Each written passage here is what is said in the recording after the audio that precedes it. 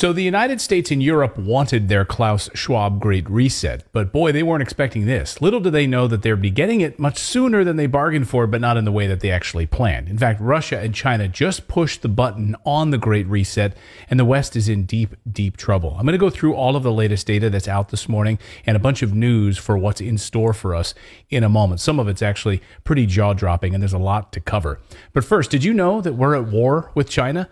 Oh yeah, according to our members of Congress who just got back from Taiwan yesterday, we're at war with China, so we better get prepared. Here's Representative Tony Gonzalez, who just returned from Taiwan, where we just sent a whole bunch of weapons. My first question is for you, General. I just got back from a trip from Taiwan. It's the second trip to Taiwan in the past 14 months.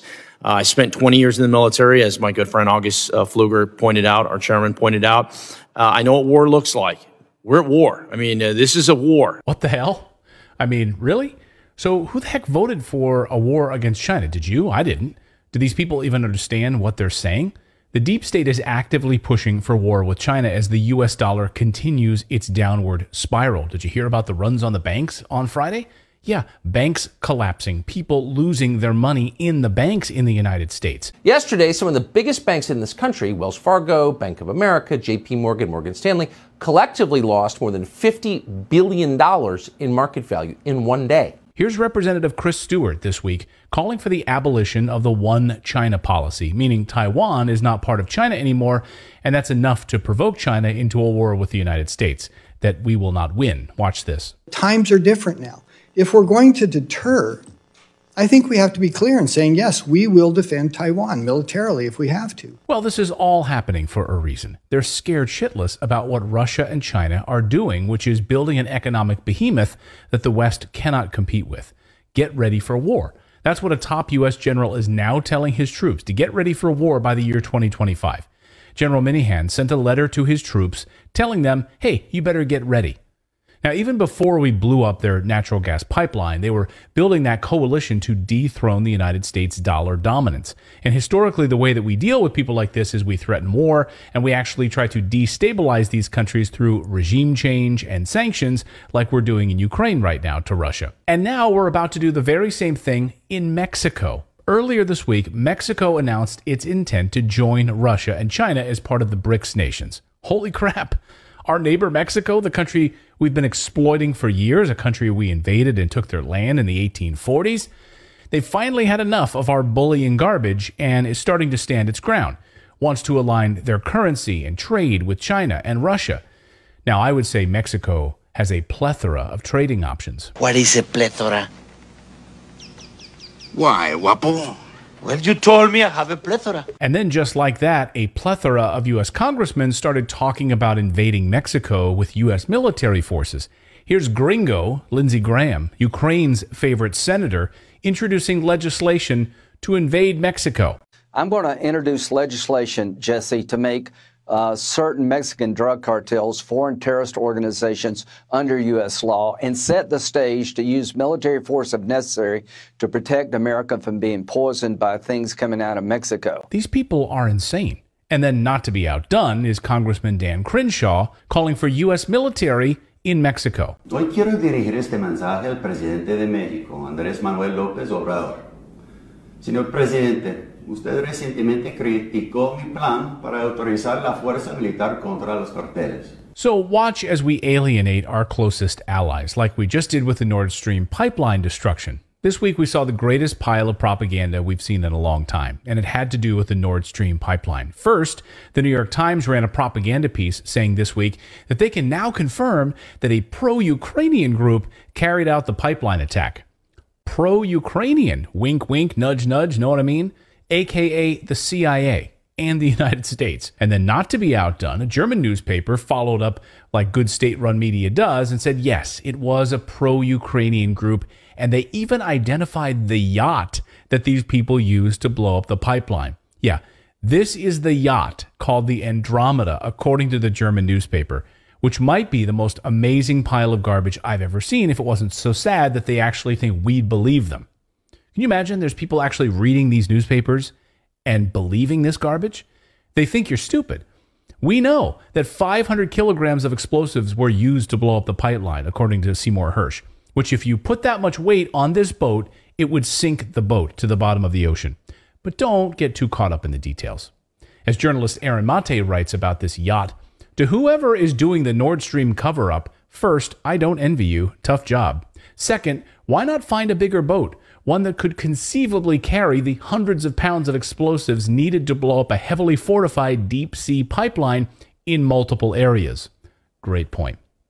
Next, Europe is trying to desperately downplay the Nord Stream attack because it portends something much bigger, an energy great reset for Europe. And this is something that Europe wanted, but they wanted to do it on their own terms, eliminating combustion engine cars by 2035. Now that calendar has been accelerated, eliminating oil and natural gas, turning off nuclear power plants, then moving towards solar and wind completely. They thought that Russia would come crawling back crying, begging for Europe to take their natural gas.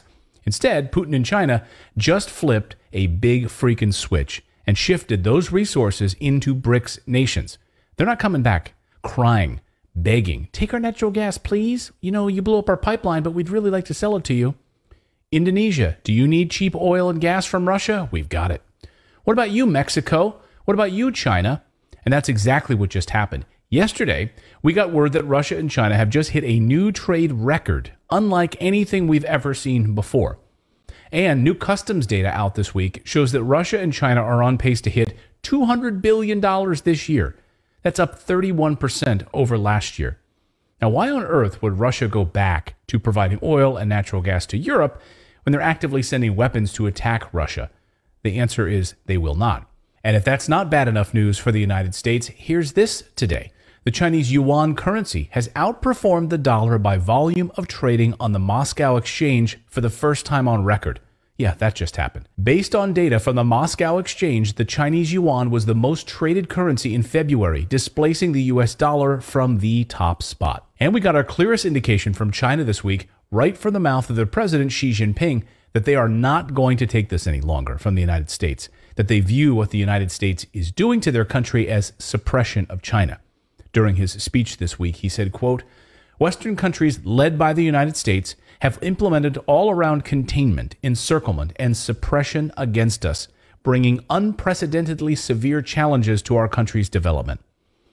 When have you ever heard a Chinese president talk that way? The answer is you haven't, they don't, this is unprecedented.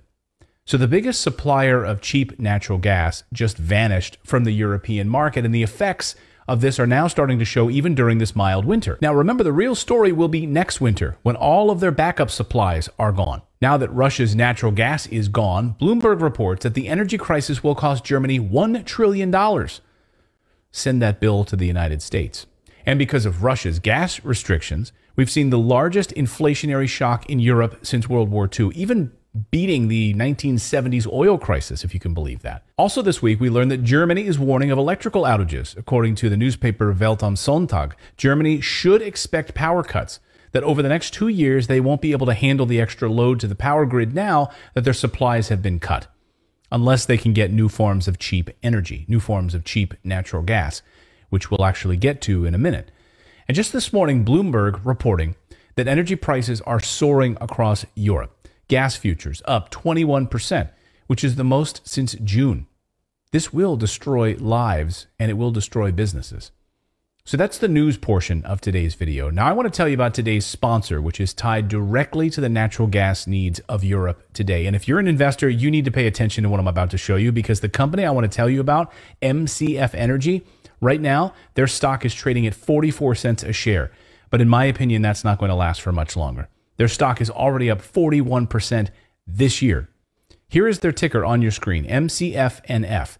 Now, this company is right now the one and the only company currently exploring for natural gas in Western Europe. Think about that for a second. As the war broke out, MCF Energy jumped into action, actually started studying the natural gas spots in Europe, designated about 20 specific drilling sites. Then they narrowed that down to the 2 best spots right now. Can you imagine? No other company was doing this because they were lulled into a false sense of security using cheap Russian gas. So there was no drilling or exploring happening in Europe at all.